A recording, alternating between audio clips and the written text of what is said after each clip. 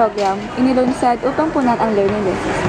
Inilabas ng Kagawaran ng Edukasyon ang Dynamic Learning Program upang maagapan ang mga learning losses dulot ng sunod-sunod na pagsuspende ng mga klase, sanhi ng mga bagyo, Nobyembre 2024. That intervention is important to every students and learners para mapag-aralan ang mga hindi napag-aralan sa mga araw na walang pasok. Wika ni Editan Sibagcal, Principal 4 ng Ilocos Sur National High School.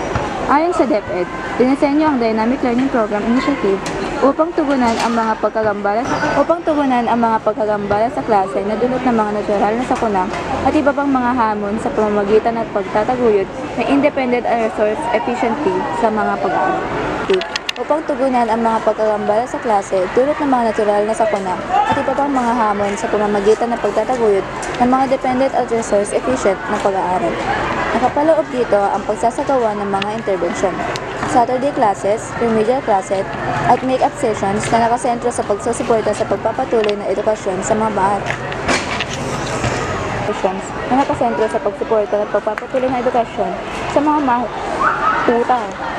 Nakapaloob dito ang pagsasagawa ng mga intervention, Saturday classes, remedial classes, at make-up sessions na nakasentro sa pagsusuporta sa pagpapatuloy ng edukasyon sa mga paaralang apektado ng mga nagdaang tropical cycle.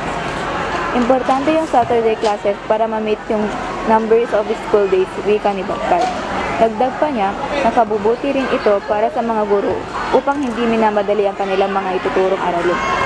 Lubhang naapektuhan ng ilang rehiyon tulad ng Calabarzon, Ilocos, Cagayan, Central Luzon na nakaranas ng hindi bababa sa 29 araw na pagkagambala ng mga klase.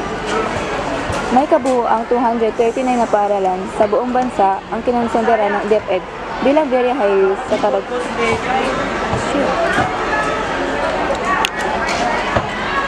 May kabuuang 239 na paaralan sa buong bansa ang kinonsidera ng DepEd bilang very high risk sa karagdagang pagkalugi sa edukasyon dahil sa talas ng mga kalabigan.